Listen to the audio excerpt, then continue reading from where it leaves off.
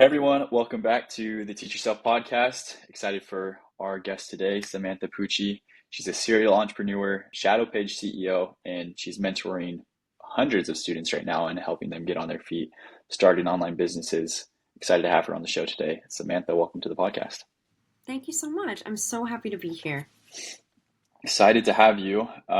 For anybody that's listening, we had a conversation a couple weeks back and we did an Instagram live together and just kind of bouncing some ideas off of each other, and it was a great time. So we're like, we have to get the podcast done here soon. So excited to finally have it happening and get to hear more about your story and things that you're doing. I'm So excited too. I guess I watched, because you just put out a new training recently for the courses that you promote and the things that you help people do. And in it, you talked about a couple of different things. And I'm sorry, this is the first question, but in it, you talked about dating a billionaire.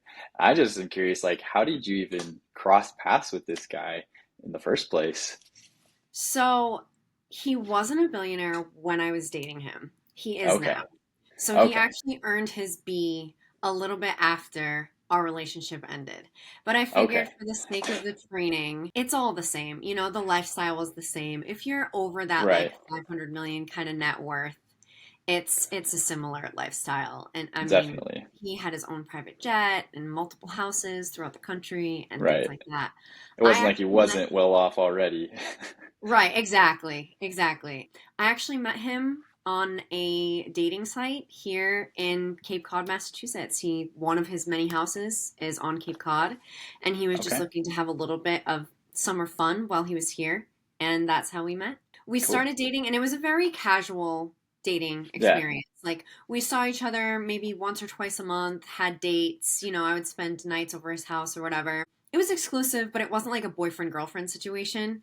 So it really was just like having a really rich friend, and there was Yeah. obviously some benefits involved. But it was a great time, and it really let me peek behind that curtain. I was like, Yeah. wow, like people are living like this. Like I am living like this right now. Like I am on a $10 million roof on Cape Cod, Massachusetts, like drinking a $5,000 bottle of champagne. Like, how did I get here? Like, and this is just like this guy's Tuesday, you know? Yeah. And it was very eye opening to see what his life was like, you know? Yeah. And it wasn't just all the luxury stuff. It was like when we were at his house in Puerto Rico, it was like just his day to day. Like, oh, I'm going to wake up, I'm going to go do a 2 hour workout on the beach, and then we're going to go with some friends to the Ritz and just have lunch. And I'm just like, this is the life, man. Like, I want more of this. Yeah. That's so cool. And I mean, I take it he's just like being around any other person. It's not like he's like some different, just obviously does things differently, but he's not like he didn't like feel abnormal to be around. I would imagine, at least at the start. Yeah, no, and I didn't even know the level that he was at really when we started talking. I mean, he looked like a put together gentleman, and that's what attracted him to me in the first place. But yeah, I didn't know. And then even some of the times like he was like, "Oh, I got us an invite to a party tonight. Like, do you want to go to a party?" And I'm like, "What am I going to talk about with a bunch of multi millionaires? Like, this is so nerve-wracking." And he was just like, "These are just people. Like, you got to stop thinking like that, you know?" And it's true. And the only difference that I did notice, which was a game changer for me in my life, is how people carried themselves Hmm. and how much emphasis was put on health and wellness. Like, these people were not drinking a lot. Like, everyone would have like two or three drinks. You think that like these parties are going to be like crazy and cocaine everywhere and like strippers and models, and it was just like very chill. It was in a very nice apartment, obviously overlooking the ocean and the infinity pool, but like everyone was just chill. Like, there was some weed smoking going on, but like no one was getting drunk, and everyone was done by like 11. Like, this party, dead ass, was over by 11. And I was expecting like some Great Gatsby style, get together, but and it was just eye opening for me. And it was eye opening like meeting all of his friends, and these are all like shredded dudes And like we did, like I said, we did that workout on the beach, and they were considerably older than me. And I was like, these guys are putting me to shame.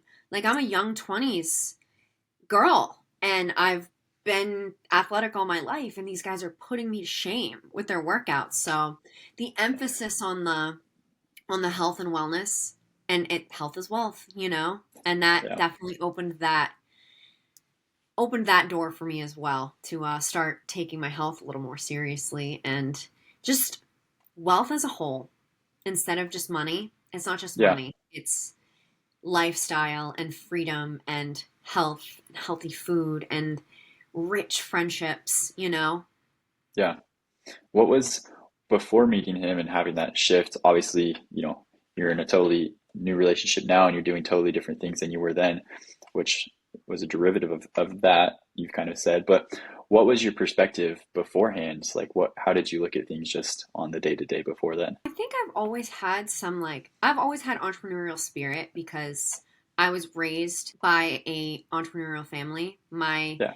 dad owned a painting contracting company, and that is how he Okay. brought us up our whole lives. He owned Enterprise Painting. And so I think there's always been a little bit of entrepreneurial fire in there. I Mhm. was in restaurants my whole life, and I think like my glass ceiling was like, oh, I'm going to own my own restaurant. And it was going to, you know, make enough money to do the things I wanted. And I've seen successful restaurant owners, and I was like, yeah, I think like that's my path. Like, I think I can own my own restaurant. I'm really good at managing the teams like in that space. And that was kind of my goal. And I met him while I was in restaurants. Oh, wow. And then, so you had that, shift. What made you decide, like, okay, this isn't what I'm going to do, and I'm going to shift to all the things that you're working on now? I think it was just, I was like, wow, I don't think that it's going to make enough money to get to this point. I was like, I didn't even realize that like people were living like this. You know, like you see the Yeah. movies and the TV shows, and it's like, wow, but there are real people out here really doing this. Like it's a true possibility Hmm. for me. And I'm big on like alignment, and you have to like you can't get into that next step until you're that kind of person that's ready Right. to take it on. And I think like having that short, very casual relationship with this pretty random man like set me up, and I was like, wow, like I am in this life right now. Like Hmm. I could be living it for me and for my own family, you know? Yeah. And now I mean, you're there, you're on your way, building big things. So that's super cool. Yeah, I mean, I'm pretty far from earning my B. I'll tell you that. And to be honest, I don't know. I think a lot of when you really talk about billionaires, like true Hmm. billionaires, I think a lot it's really difficult to have that overall sense of wealth while being Yeah. a billionaire. Like I think this guy was kind of an outlier, Hmm. and not for nothing, he had a relationship with a girl at that time, but he wasn't a billionaire then. I don't really know. We very casually keep in touch now. We're just like friends on Snapchat. But I don't know what he's up to now. Like, is he able to maintain relationships now that he Yeah. achieved that level of wealth? You know what I Yeah. mean? So I don't actually strive to be a billionaire because I don't Right. think that I would be able to have the relationships that I want to have. Like, I want to have a Right. family. I do really care about my health, and I want all that, and I want good money. Definitely. So I think if you really want to go for that billion, I think you have to sacrifice a lot.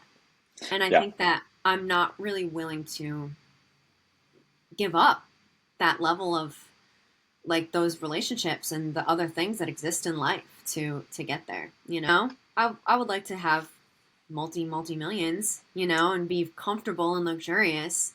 But a billion, that's too much. I know, like, even if you just think about like the numbers, you compare like how much more 1 billion is to like 1 million.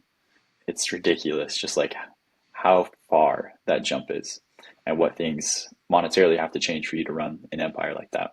Just like the different things, like you say, the sacrifices you have to make. It's incredible. Have you ever heard that like that exercise with counting to a million and counting to a billion? I think so. It takes a while to get to a million, but it's like years and years and years to get to a billion, right?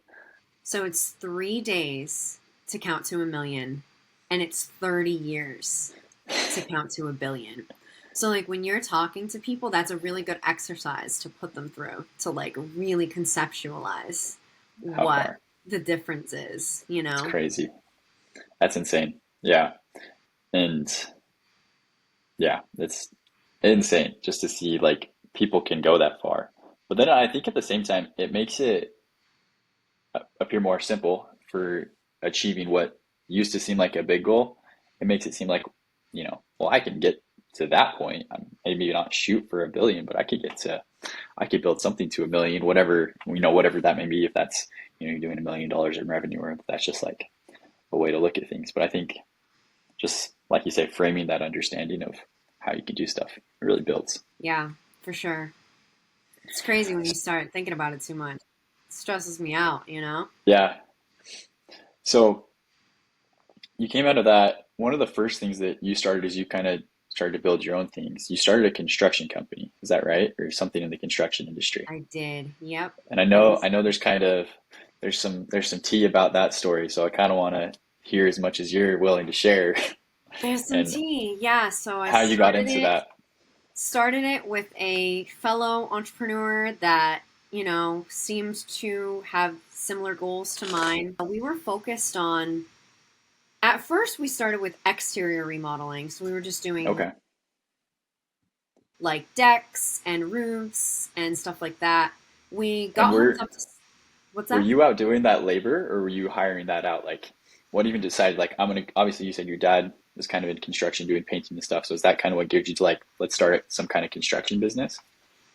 Uh, no, it was that I had met this friend and he was selling for a construction company Oh, and okay. managing projects. And I was Gotcha. like, you're already doing so well with this. Like, why don't we just scale it, do our own thing?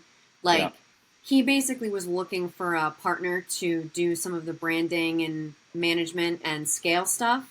And he Yeah. was going to manage the projects themselves and do Gotcha. the selling of the jobs. So, and that's kind of what we settled into. No, I was not doing any of the labor. I was doing some project management, like I would be on the Gotcha. job sites and make sure, everyone was doing what they were supposed to do and showing up and materials weren't going missing, things like that. But I was not swinging a hammer. I pride myself on who, not how, Yeah. is a big concept that I live by. Is who's going to get it done, not how are we going to get it done. So we started off with like exterior remodeling, and then we got hooked up with some investors that Hmm. were remodeling to do Airbnbs. Oh, okay. And so we super niche down focused on that. And then we were helping investors remodel value add properties and turn them into Airbnbs. So, because the remodel is a little Okay. different when it's an Yeah. Airbnb, you want it to be a little bit higher end, more unique, Right. and bright colors and funky designs.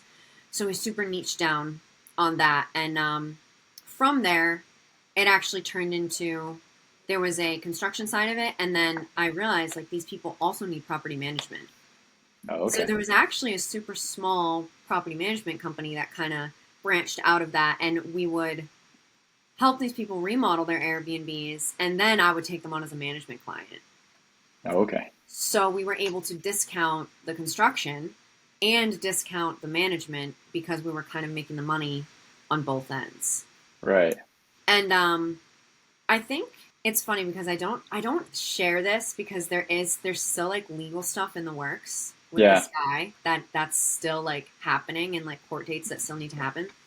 But I think I got caught up in like building the business and Hmm. building up and missed laying that solid foundation of not just systems but values.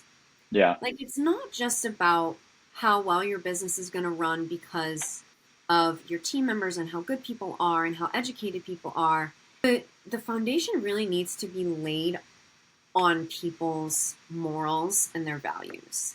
What Yeah. are you willing to do to grow this business? Right. What are you willing to give up in good ways and in bad ways? Like, is family time not important to you at all? Like, Yeah. that's a super good thing to discuss with somebody before you get started. Or, like, are Um, you willing to lie? Are you willing to cheat?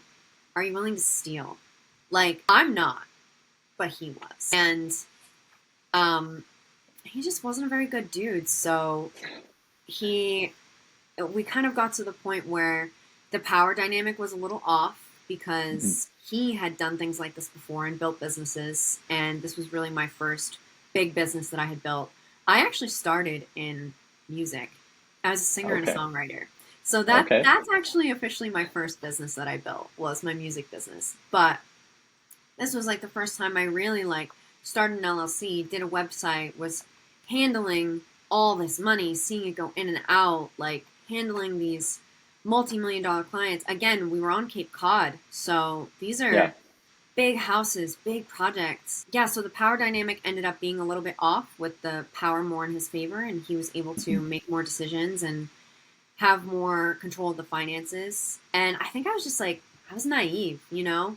Yeah. He was better at lying than I was at detecting lies, and he was better at manipulating other people to believe the Mhm. stories than I was because I wasn't out there doing that. Like I was just living in my truth and telling my truth, and he wasn't. And sometimes, like a powerful lie is better than just a simple truth when it comes to not better, but more effective in Like getting people to do manipulating things. people than a simple truth, you know? Because I don't Yeah. use any sales tactics when I tell the truth. I don't, use any consumer psychology or tricks to get people to believe the truth. I just tell the truth.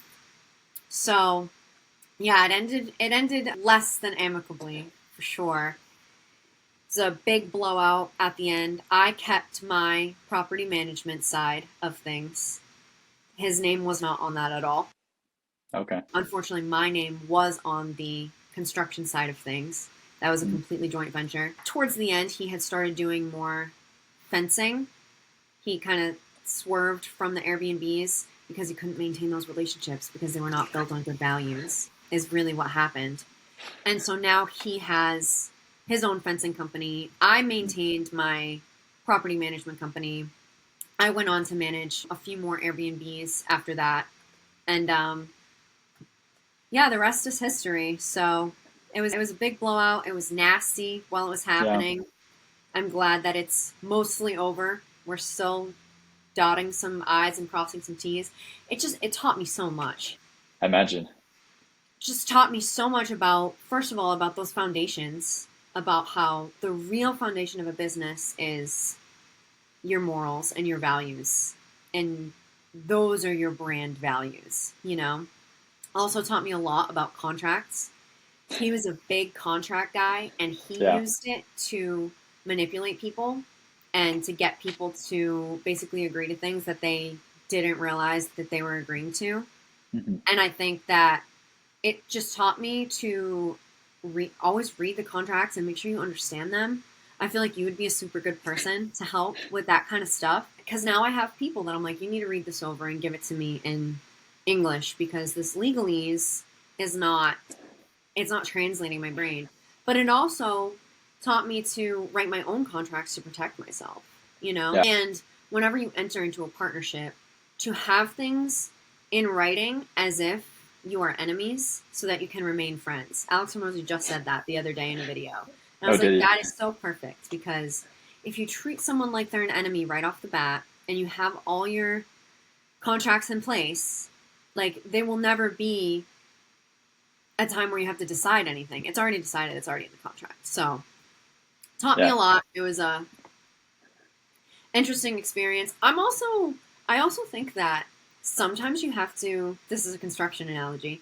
Sometimes you have to knock down an entire house and rebuild the whole thing for you to really have the structural integrity that you were looking for. And I Yeah. think personally, in my life at that time, that's kind of what needed to happen. I Hmm. needed to get totally knocked on my ass and totally broken down and have my trust violated. And I mean, when I say I was at rock bottom, I was. I had nothing to my name. I was sleeping in my car outside of the restaurant that I was working at Hmm. to work doubles on doubles on doubles on doubles and just stack cash and get myself back into a better position. And to build from there is just such a valuable experience because it allows you to build back better, you know? Yeah, 100%. No, I mean, I love all those points because I mean, so I'm finishing up my degree in construction management. So like that's like I get all that and how it all works. Earlier this year I was doing an internship with a smaller concrete company. I was just kind of looking at this, looking at it from like a business perspective, life perspective. It takes a lot of time to pour out a foundation. That's like if you screw that up, the rest of the house is done for. You can make a lot of mess ups on everything above the foundation, but that has to be practically perfect. But it's all of it pretty much underground. Like you never see the foundation once it's built. You cover that up, you build the pretty thing on top, and that's what everyone talks about. And so like you say, like if you mess up there, it carries through everywhere else. But if you build and you plan and you really make a point of, doing all those things right, you can do so much more on top that's going to do so much better because you have the good base to go off of. So Yeah, I agree. Definitely something I learned from that experience. and so how's that shifted like when you think like, hey, I'm going to start this new thing? How's that shifted your thought process? Okay, like these are my first steps to go through now versus, you know, I didn't even think about those then. Like, let's just see how big we can get this. Yeah, I think now just starting from the bottom, like what do I want this brand to stand on? You know, Yeah, what kind of people am I looking to attract? Rather than just trying to go from A to Z, yeah, what does that beginning of that alphabet really look like for me and for my business? And because at the end of the day, like there was so much that was ruined in terms of reputation just from hmm, associating with somebody yeah, that wasn't a good person. Like your personal brand is your personal brand no matter what business that you start. Especially from someone who started so many businesses, like I'm still Samantha Pucci at the end of the day. And if Samantha Pucci screwed somebody over so bad in the construction side of things, like they're never going to trust me again. And none of their friends are going to trust me again. yeah, And no matter what I go on to sell or promote or do now, it's just going to be a tarnished reputation. It's the same reason why, maybe this isn't a perfect example, but this is the same reason why, like, Kim Kardashian can sell anything now. She can sell makeup, she can sell her Skims, anything that she decides to put her name on. People know Kim Kardashian is that personal brand. yeah, So it it just taught me a lot about the personal branding because you can't be anonymous in the business world. Always your reputation is going to follow you, and your reputation is your most important business card that you have. yeah. And sometimes it's not just about you, it's about your team, Hmm. you know? So true. I wasn't personally making the decision to screw people over and not do good work and make all these kind of sketchy decisions, but like I was associated with someone who would. So now I'm doing digital marketing and online business. Anyone who had experience with me in that realm before would never trust me to help them Yeah. build an online business. So it's just super important to realize who you're working with and what you stand for. What's that quote? If you don't stand for something, you'll fall for anything. Hmm. Yeah, And I 100%. fell for it because I didn't have anything to stand on. I was just chasing the money and this lifestyle and this wealth, but not realizing that like I had to attract it to myself and be that kind of person that like deserved it. Because those Yeah. people will never have true wealth. If you lie and cheat and steal and manipulate your way to the top, I believe that you'll just never have it. Like Hmm. the universe and God, it's powerful. If you're not doing the things that you're supposed to do, even if you get super rich and you have this seemingly good life, like your soul will not be at peace. Yeah. And I think that that is the most important at the end of the day. No, 100% agree. 100% agree.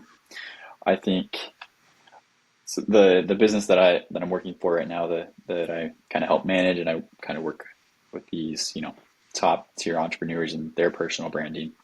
They're kind of they're in a rebuild phase right now because kind of a similar deal happened with a company that they had started up, and then they brought in some investors and bought out another company, and then it just kind of everything fell to pieces because the people they brought in were on board with how they were doing things, and they wanted to change it all, and somehow, some way, the other guys won, and so it just completely tore apart what they had built, which was unfortunate. But it's like you say, it's helped them reset and understand like, okay, we need to be more sure about the foundation we're building now and the people that we're bringing in. So it's been cool to see that firsthand too, um, to learn for when I get to the point where I'm building out the things like you're talking about.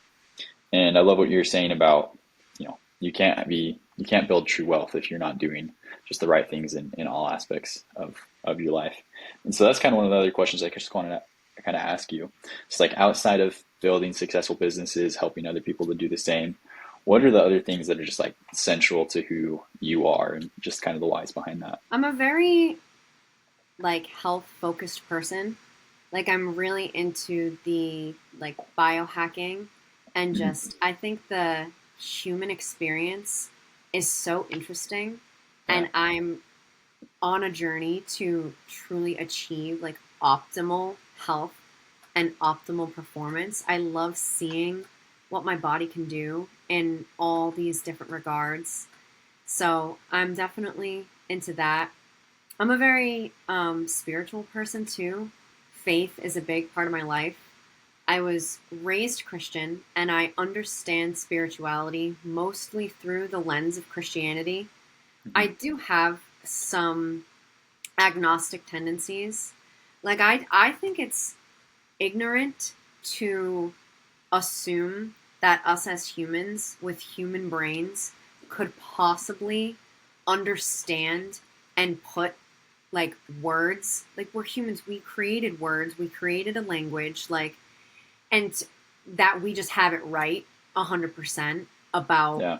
this incredible omniscient power that exists outside of our reality.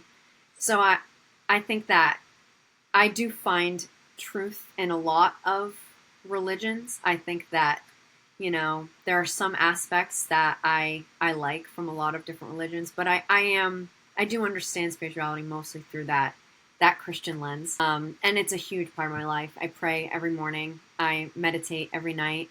I thank God every single day for every single thing that happens to me. I start my day with thank you God for my life today because just waking up is a blessing and having somewhere warm and dry to sleep is a blessing.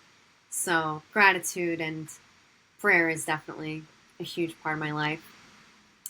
And at the end of the day, like I just love seeing what like the human mind can do. I love hearing people's ideas and seeing what they're building and I'm just very into creation and just capitalism as a whole, just seeing people build the industry that is the United States, you know. That Yeah. is that is all super interesting to me, especially the consumer psychology part, like how the creators are capturing the attention of the consumers and I think about that a lot during my day.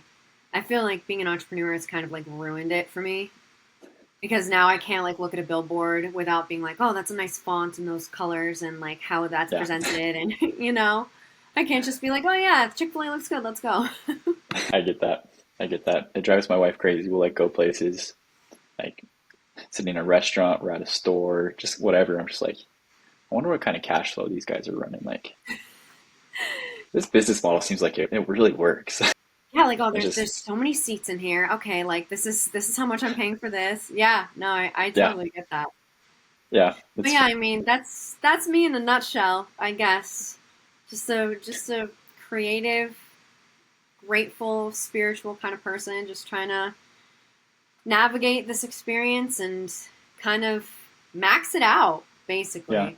I was kind of mad when I discovered that Ed Milet uses the max out. That's his like thing, like max out your life. Because hmm I totally identify with that. I actually was looking for like slogans and like, so now I do like build your best life, but I was looking for like slogans and I was like, yeah, that's what I'm trying to do.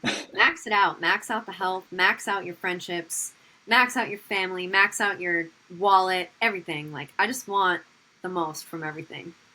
I love that. I love that. Well, that's funny. You try and put together a good slogan nowadays, and you're like, man, that's really good. Like that's inspired, and then you realize, yeah, it's probably because I've heard it somewhere else. Right. But I love that. I think for me, gratitude's been on my mind a lot lately. It's been just something I've been relearning in a newer kind of higher plane of what it really brings to you. You know, when your gratitude and you're really considering those things, I think it makes you, more humble. It makes you more giving. And then at the same time, you're just able to receive more, not because you necessarily want it, but it just starts coming because you're putting out so much as well. And I think it's just such a cool thing that when you are just so humbled and grateful for everything coming to you, that one, that increases, but then it also increases your ability to give so much more. I agree. And it's tough because, especially the business model that I'm doing now, it's a lot of like showing off and flexing Mm-hmm. and look at this amazing lifestyle that you could achieve too by doing the things that I'm doing. So it's hard to balance staying humble and having gratitude and having that be part of a personal brand Yeah, with the current business model that I'm pursuing, which is all about like, look at my luxurious life and everything that I've done with business. So that's definitely something that I'm navigating as I grow in this new business venture. I had a mentor and he was actually a vocal coach way back when. He was actually my elementary school music teacher and became my vocal coach. And now we're both adults, and he is a good friend of mine. And really early on, while I was training for a singing competition, he told me, he said, on stage, you're the man. You are the hottest thing in the room. You're on fire. You're a superstar. You have to maintain that mindset and you have to portray that when you're on the stage. Once you step off the stage, that is when you get on your knees and thank God for your gifts and be humble to the people. Thank every single person that came to see you. Thank you so much for being here. Like, you are the reason that I'm able to do this. So, and I've carried that through all of yeah, my businesses now because, in my videos and the content that I push out and when I'm trying to attract an audience, I'm the man and I am the authority and I've done all this amazing, all these amazing things. But when I have my personal one-on-ones and I have my students, it's you have to stay grateful and you have to stay humble and we're all just trying to navigate this together. 100%. I think that's such a cool thing. I think, kind of saying that, it just reminded me of, I was watching an Alex Hormozy video the other day, and he was talking about how, because of like the fame he's gotten himself to, when he goes out anywhere, there's always, like 5 to 10 people that like come up and take a picture with him. He's just like talking about how it's like, I hate that. Like, I hate having to take all these pictures and stuff, but he's like, but at the same time, it's like the cost of what I've done. And so like, I have to do my best to, always present like my real self and be nice to all these people. Cause he's like, I don't want, everybody to come and meet me and be like, oh yeah, no, I hate that guy. He's mean. He doesn't want to Yeah, talk to like how I anybody. met him and he's actually such a jerk. Like Yeah. no one He's wants like, that. yeah. He's like I mean, it felt easy the first couple times. It was cool. And 10,000th time, I'm just like, not another one, but you have to carry it out. And so it's just that good muscle to build to have that humility, and you don't have to worry about it in the future. You just, it's the automatic. And it's the difference between just having wealth and having influence. Because you can get really rich without anyone ever knowing who you are. Yeah, It's just a matter of what you want to do. But if you want to change other people's lives on like a massive scale, then you're going to have some sort of influence and some sort of audience, you know? definitely. Like you can change the lives of your clients and you can change the lives of the people who work for you. So on that scale, like Jeff Bezos has changed, well, he's not a good example because people know who he is. But, a high level CEO can build an incredible company and change a lot of people's lives within that company and Yeah. people who use that company. But like on a massive scale, if you really want like to change people's lives, you're going to have to deal with being known. Hmm. And I've always said I did one of those purpose diagrams. Hmm. It's like what you like and what you're good at and what you can get paid for and what the world needs and like where those all meet is your purpose. Yeah, This is like years ago, and I've always said that helping other people become the best versions of themselves is kind of where I settle in that purpose. And I think for me that definitely means some sort of audience, you yeah. know? No, I agree. I agree. It's like, I feel the same way. It's like I don't want to be, famous. I don't want the world to really know who I am, but at the same time, I want to help like as many people as possible. And it's just like, well, isn't that just the same thing? It's just different ways of looking at it. So yeah, it's a it's a big thing that you have to be conscious of. Yeah, sometimes it would be nice to just delete social media though. Like I don't even have that many followers. Like I'm such a small fish right now, you know? I have like 8,000 across all my platforms, but it's like sometimes I just like imagine just like deleting all your social media and just like not staring at the screen. That's a big thing for me too, is because I am so conscious of my brain health.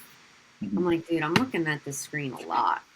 Yeah, I'm really my nervous system and my brain health.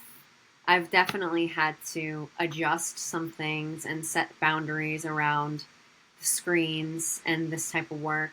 I make my I don't know if you can see it on the camera. It's black and white. hmm. I make it black and white when I'm not actively making content, just so There you that go. my dopamine receptors don't get completely fried, you know? Just little things like that to kind of navigate the brain health aspect of it. Definitely, definitely. No, I was in the doctor's office this morning because the past week I've been having like some weird like heart palpitation type things, and I'm like pretty healthy person, but then we're talking through like all the different possible causes for it. I'm just like, man, like I'd be a little more conscious for the next month or so, just to really kind of figure out if there's something that, just what my day to day is that may be the root cause of that. If hopefully it's an easy fix, but I was just like, man, like, am I doing something that's like in my control and I'm totally wrecking myself right now? So it's crazy how Yeah, much what you do, in business and life can affect just your overall health and then vice versa. absolutely. Yeah, well, definitely keep an eye on that because it's so important, you know? Yeah. Can't do much without a healthy heart. Can't do anything really. Yeah. It'll tank you. So it's been good though to have. Fortunately, my wife, she just started medical school, so she's the one that like really caught it. And she's like, you need to go get this checked out because that's not good, Mm. any kind of good. So fortunately, I have people in the access in my life that I need to get it taken care of. So hopefully we fix it soon. As we kind of bring this all to a close, Samantha, the last question I kind of like to leave everybody with, and you can kind of interpret it however, is just like if you can kind of think back over your entire life, the past couple of years, whatever, but just kind of the 1 to 2 big lessons that you've learned up till now that you wish you could share with like a younger version of yourself. What would those be? I think the first one is that the only truth that matters is yours. And it kind of goes along with like, don't care what other people think. But in a Hmm. way, you should care what some people think. You know, you don't Yeah. want to just burn bridges and sever relationships. But like at the end of the day, you're doing this for you. Hmm. So even if it can go both ways. If it looks like it's going really bad from the outside and it looks like you're not living right and it looks like you're broke or you're driving a Toyota to save money and people are like, "Oh, she's not doing that well." But like you know your truth, you're doing exactly what you're supposed to do. Yeah. Then that's all that matters. And it 100%. goes the other way too. You can look like you're living large and have all these things. Like while I was doing that construction company, I was making amazing money. And you know, had that lifestyle, was in the helicopters and on beaches and drinking on rooftops and but I wasn't living right. And I knew that. I knew that this was bad and it was gonna blow up in my face and it wasn't gonna end well.